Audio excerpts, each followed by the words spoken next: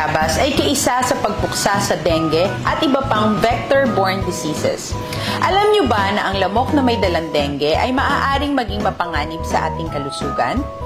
Ang lamok na Aedes mosquito ay maaaring mamahay sa madidilim na lugar at mangitlog sa mga nakatambak na tubig. At upang maiwasan ng dengue, gawin natin ang 4S. Ano ba ang 4S? Una, suyurin at sirain ang pinamumugaran ng lamok.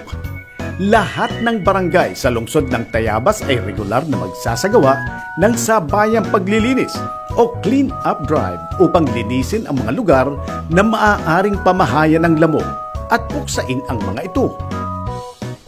Pangalawa, sumangguni sa pinakamalapit na barangay health station sa inyong lugar.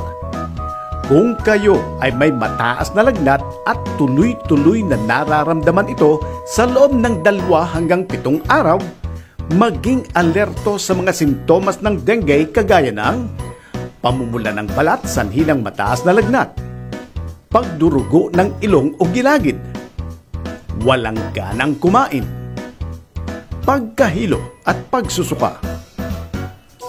Kung may nararamdaman na alinman sa mga nabanggit na sintomas, kumonsulta agad sa mga health workers na nakatalaga sa barangay health station sa inyong lugar. Mayroon din tayong Epidemiology and Surveillance Unit na sumusubaybay at nagmo-monitor sa mga kaso ng dengue sa inyong lugar. Pangatlo, sarili ay protektahan laban sa lamok. Isa sa mga programa ng pamalaang lokal ng lungsod ng Tayabas na isinusulong ni Mayor Lovely Reynoso Puntioso, katuwang ang City Health Office Sanitation Section, ay ang pamamahagi ng Oliset Net sa mga paaralan sa lungsod ng Tayabas upang mas lalong maprotektahan ang mga mag-aaral laban sa kagat ng lamok na maaaring pagsimulan ng dengue.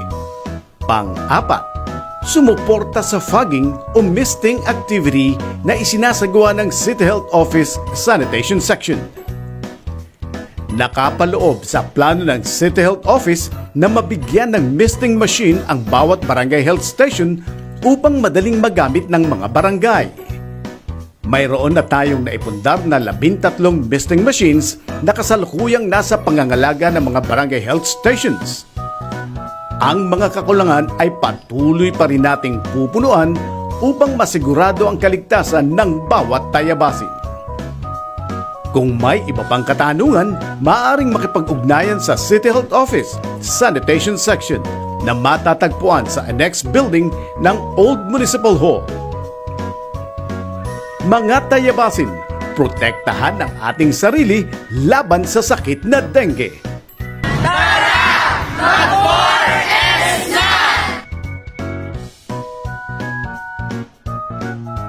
Para sa inyong iba pang katanungan, maaari kayong magtungo sa ating City Hall Annex Building, Health Office. Hanapin nyo ang sa Sanidad Section.